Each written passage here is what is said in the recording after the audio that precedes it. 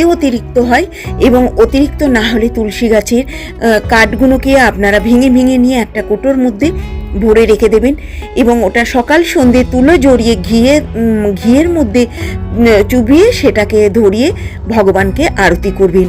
এবং ভগবানকে আরতি করার সময় কিভাবে সেটা আমি পরে বলে দিয়েছি, যে কোন জায়গায় কতবার আরতি করতে হবে সেটা আমি পরে শেয়ার করে দিয়েছি।